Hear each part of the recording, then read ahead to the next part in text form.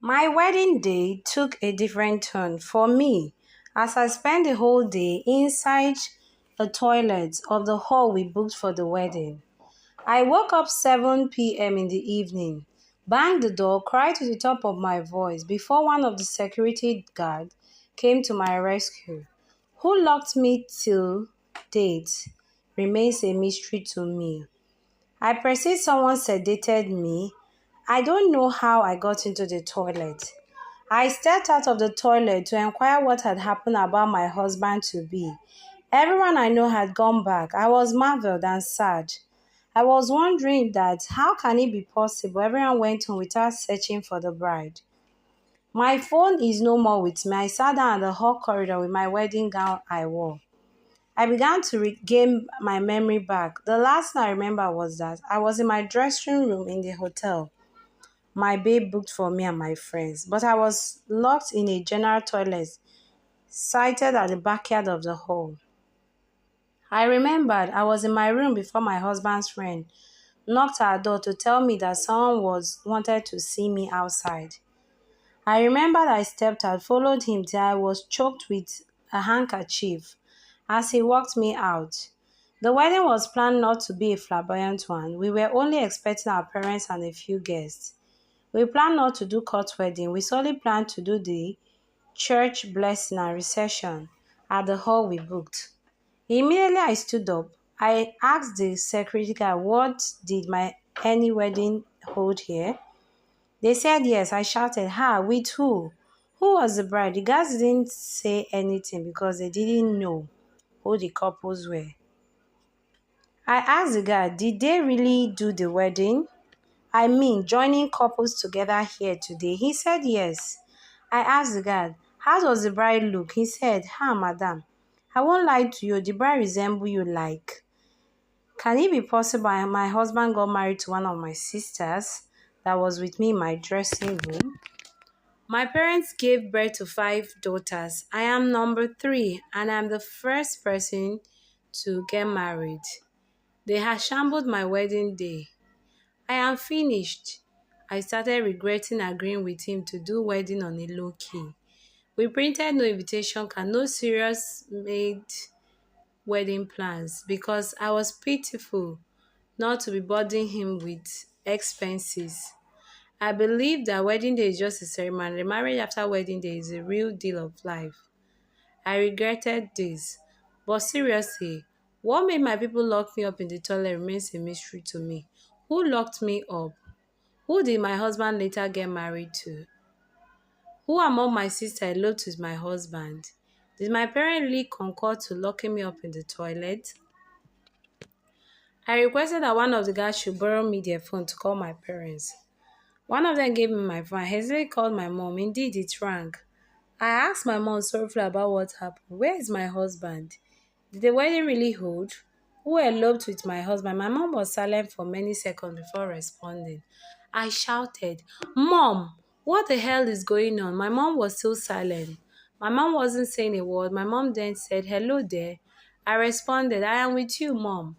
Mom said, My daughter, calm down. I will send one of our drivers to come pick you up right away. In fact, my father mustn't hear that you are still alive, she said. I shouted on the phone, Alive? My dad mustn't know I am alive. What's wrong? What's going on? I told my mom I was at the entrance of the hall we planned to use. I can't be running back with the wedding gown I wore. I wouldn't have run back home immediately to pounce on my parents and explain what just happened. My mom promised she would soon reach the hall premises to pick me, and I ended the call. As I was at the hall entrance outside, standing with the security guards, a prophet of God passed by. As I was unsettled and hoping left and right, the man of God wearing white suit just calmly looked at me. Dear lady, if you want to stay alive, please run away right now for your dearest life. As those you think are dearest to you are all thorns and snakes living with you. They all want you dead. The only person you should run to is your husband. I mean the person you promised to marry today. He is the only one who wants you alive. Also tell your husband when you see him that if he really wants to live long, he should dissolve the marriage with the strange woman he just got married to today. Tell him that he just has 3 years to spend in marriage with that strange lady he married today. Tell him if he wants long life, he should leave that strange woman. Shalom. The pastor said all this and was about leaving. I hastily told him, sir, I was knocked out and locked up in toilet today. My husband ran away with a strange woman. I told the pastor that I presume the strange lady he married is one of my sisters. How do you want me to explain to him? Even if I get a chance to meet him, he will never believe me. He would think I am looking for a chance to get my man back to myself. The man of God said, run away now before it's too late. Find him, tell him, may the peace of the Lord be with you. I immediately tore my wedding gown to a short gown dress and picked the fastest race on my leg to no direction I know. I kept running till I reached a rural area where I presume no one knows me. I saw a church nearby and walked in to sit where I could lay my head. And as I sat in the church pastor walked in and asked me who I was looking for. I explained my plight to him. Pastor took me to the missionary quarters to meet his family. I was given a warm stay for that day. They brought me new dress. On that night before I slept, it reached 12 a.m. before I could settle my brain. I kept bitterly thinking of all the strange things that happened to me today and how I could possibly locate my husband as the pastor has instructed. You must find him and deliver the message to him. But wait, what has my parents involved themselves to? They caused them silence and killed me maritally. Is my husband involved in this evil plot against me? Why did my parents conspire to exchange one of my sisters to replace me? Why do they want me dead? The pastor has taken me to his house. He already calmed me and asked me of my story, of which I told him, after which I managed to have a good sleep on the first night I spent at their quarters. On the following day, I began the quest to locate my husband-to-be. I was the first person to wake up in their quarters. Their first son, named Peter, who is about 30 years old, really cared for me since the day I stepped my feet into his house. On the following day, Peter really tried his best to solve my riddle life. Peter asked me a lot of questions from A to Z of my life, my family, and my proposed marriage. I plainly told him everything about me and all blight I went through. Peter was very pitiful to me. He asked me of my man's name. I told him he's Adenla David Ifeoluwa. He said, no problem. Then he quickly helped me to run a quick check online. Indeed, he showed me pictures of different Adele David that existed online. Amongst all the lists, the name he searched for, I pointed to one of the profile men in the picture that he searched. Peter said he would take it up from that moment. Pastor and his wife were loving and their 2 children were kind. Peter had a younger sister. After 3 weeks, Peter hastily woke me up on a good morning in our room. I stayed with his younger sister in her quarters. He told me that my husband-to-be has invited him, Peter, to come with him to a private conference room in a hotel, where I won't want to disclose his name here. Peter made me fall into the trap of having a business deal with him, and he agreed to meet Peter. The meeting day was slated to 14 days after our wedding day. The grand day of Peter meeting my husband-to-be as scheduled finally came through. I followed Peter to the hotel to meet my runaway husband, Mr. David. I and Peter arrived at the hotel earlier than the scheduled time. I went to lodge myself in a room in the hotel pending the time David would arrive to meet Peter, while Peter sat at the conference room waiting for David. Few minutes later, a gentleman walked into the conference room. Immediately he arrived, Peter messaged me that he has arrived into the conference room. I bounced hurriedly to the conference room with great anger to cut off his head. As I reached the door of the conference room, I knocked. Peter opened the door to let me in. Mr. Man was looking like a walking corpse after seeing me. I ran straight to him and knocked up his tie to choke his neck. I felt like taking his life out of him. Peter held me. Peter begged me to sit down and allowed us to talk. Peter sat me down and calmed me down. while Mr. Man was worriedly looking like someone in prison.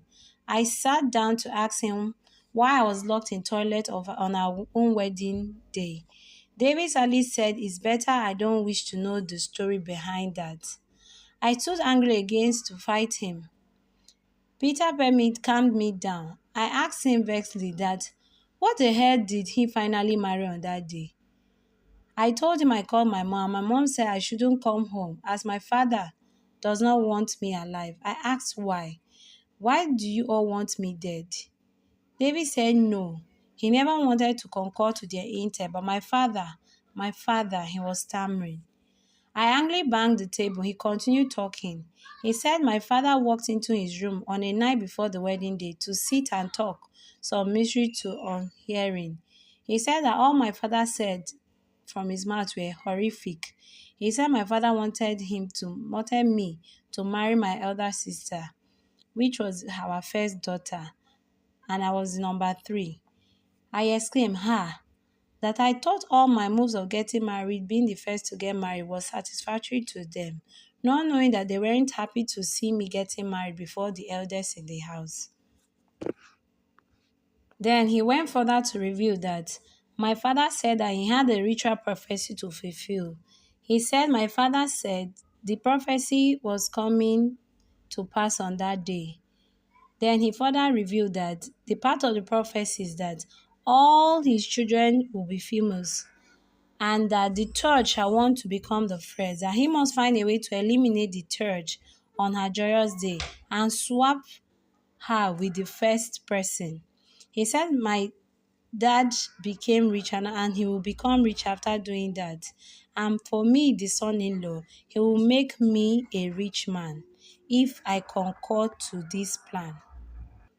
I was in awe as he revealed all this secret to me. Then I made him understand that the reason why I wanted to see him was because of the prophet's prophecy. That he said that if he, David, got married to the lady, that he just has 3 years on earth, that his life will be short lived. But if he wanted to live a longer one, he needed to remarry me, if indeed he wanted to for a longer lifespan. After the revelation I gave to him, I walked out of the hotel, having known that I can't get my man back into my life. Peter hurriedly escorted me out of the hotel and we both went back to the missionary quarters. I felt continuously unhappy. Yoruba proverb says, Iwaju ko se lo, Iyeni ko se pade. So meaning I can't go front, I can't go backwards. I am stuck. I didn't know what else to do with my life. I continued to live with pastor's family as one of their children. They all loved me, most especially Peter, and his sister's love was exceptional. Peter do always buy me gifts whenever he's coming back home from work. Me, a daughter of a rich man, now living like an outsider, I thought I'll be getting married that day. Everything is upside down for me right now. I was staying at the pastor's missionary quarters for years after my wedding blight. As I said in the previous day, having spent time with pastor's son Peter, I noticed that I started falling in love with him. I was crushing on him. But Peter never showed any sign that he really loved me. He continuously bought me gifts and took care of me with his sisters. But he never showed any sign of loving him. But how do I tell him that I loved him? Peter is just 28 years old, but he's taller than me. I was presently 32 years old. How I wish Peter could feel that I already was crushed and falling in love with him. For this sake, that year I had to vacate the house to seek to rent a single room in a Face Me I Face You building. Having rented a new place for myself, Peter and his sisters never stopped visiting me and registered every time they visited. Sometimes Peter alone would branch my place when he's closed at work to greet me and see my face. Whenever Peter or his sister decided to branch to my place, I ensured I made good meals for them. They always loved to check on me. On Valentine's Day, Peter bought me beautiful flowers and did a photo frame for me. On a very good evening, Peter's younger sister branched my place alone. I entertained her. She rested at my place till 6 p.m. before she said she was going home. As she was dressing up, buckling her sandals, I called her attention that I have something to tell her. She told me to go ahead. Then I told her that I was in love with her brother, but it seems Peter doesn't love me. She was shocked at what I said. She exclaimed that I am older than her brother. I responded her that I know. She said, I'm so disappointed in you. Then she angrily left my place. I began to feel depressed since that moment. Peter and her sister saw visiting my place after I disclosed to her younger sister. I thought the younger sister was matured enough to understand my plight as ladies. She's 25 years old. I thought she would understand and even counsel me on the fact that we both slept and lived together in her room for many years after my disappointing wedding ceremony. Was it bad I told her my mind?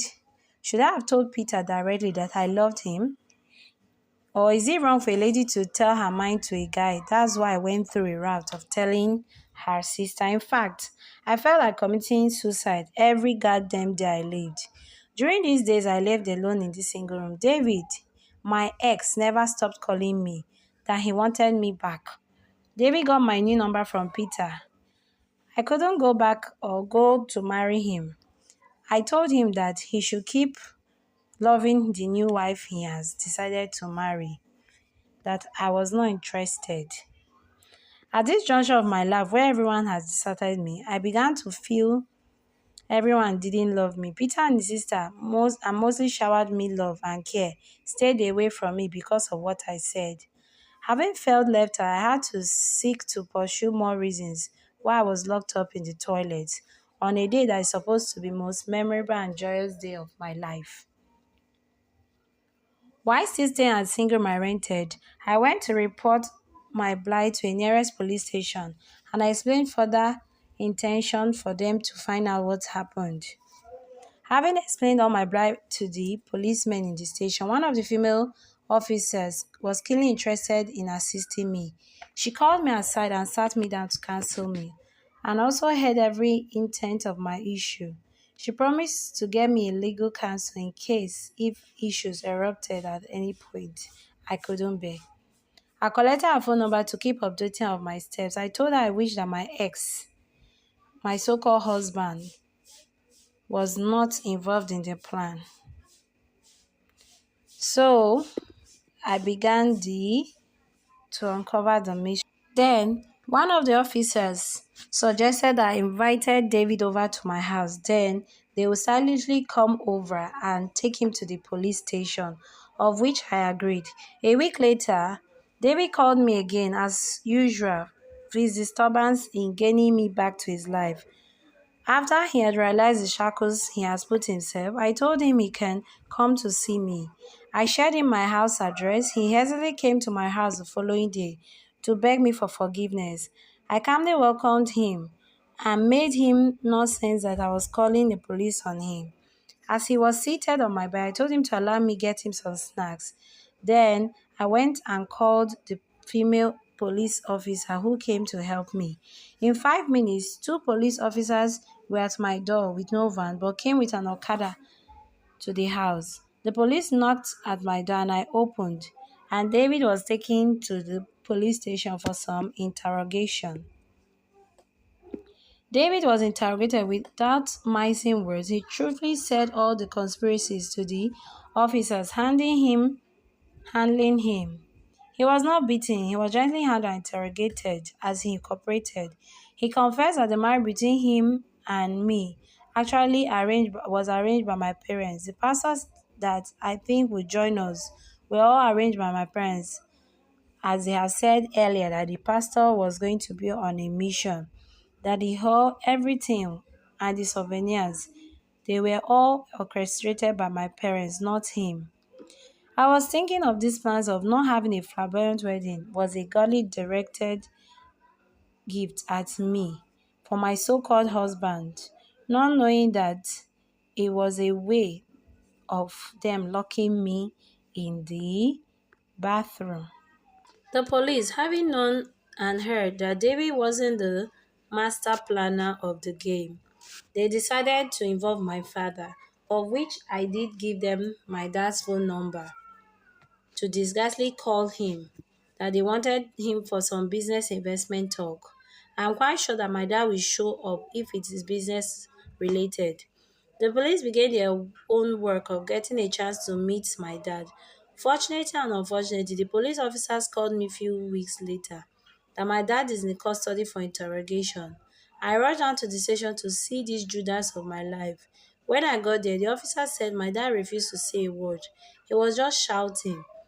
I need to speak with my lawyer before I say anything. I was marveled of how wicked a father could be and still have the guts to be requesting for his lawyer after being invited by the police that his own very own daughter accused him of kidnapping, threat of life and other charges, and he still had the guts to be asking to see a lawyer, a man that is supposed to be begging the police officer after all his secrets were exposed. I rushed into the room where they held my father.